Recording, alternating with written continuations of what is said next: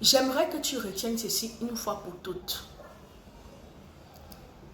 Jusqu'ici, aucune panne dans ton téléphone ne nécessite que le réparateur ait accès à ton mot de passe pour pouvoir réparer. Je me répète, aucune panne dans ton téléphone ne nécessite que le réparateur ait accès à ton mot de passe pour pouvoir accéder à ton téléphone. Je vais te raconter une histoire. De ma petite expérience dans le monde de la tech et autres, j'ai eu à réaliser un travail où nous avons reçu énormément de plaintes. Des femmes, des hommes qui sont allés laisser leur téléphone chez le réparateur. Et puis en laissant le téléphone, le réparateur dit que non, tiens, pendant que quand tu t'en vas, laisse-moi ton mot de passe, je vais rester travailler derrière, voilà. Et puis tu viendras récupérer ton téléphone quand tu auras terminé tes activités. Tout naïvement, les gens ont laissé leur mot de passe et puis le réparateur est resté avec le téléphone et le mot de passe. Mais quelques temps après, certaines personnes qui avaient à l'intérieur de leur téléphone des choses compromettantes, comme des vidéos intimes et autres, se sont retrouvées en train de vivre du chantage.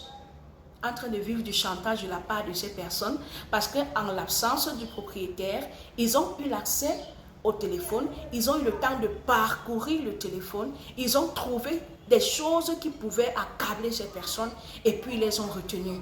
Ces personnes ont vécu sous cette emprise pendant des années et ça a même créé des divorces au sein de certaines relations.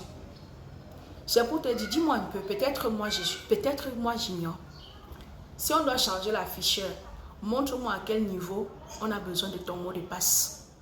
Si on doit changer la batterie, si peut-être tu as un problème de retour, si peut-être tu as un problème de carte mère, si tu as un problème de ci, de ça, montre-moi là où, au lieu que le réparateur travaille à l'intérieur du téléphone, il se retrouve en train de travailler avec tes données. Il peut arriver que pour tester une ou deux choses, il te dit, ok, bon, si on a changé l'afficheur, par exemple, si on a l'habitude de faire ça pour tester si l'afficheur fonctionne normalement, on va te dire, tiens, voilà, essaye, vous essayez de travailler, il manipule le téléphone devant toi. En fait, tout doit se faire sous ton contrôle.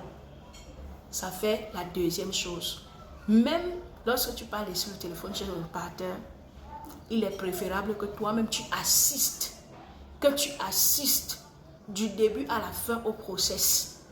Parce que en le laissant avec le téléphone, tu exposes tes données, tu exposes tes contacts, tu exposes ta vie, tu exposes ton intimité, tu exposes même ta famille sans le savoir. Donc, j'espère que ce conseil va t'aider pour que désormais, quand tu t'en vas dans ces milieux, tu saches sur quel pied danser, comment te comporter.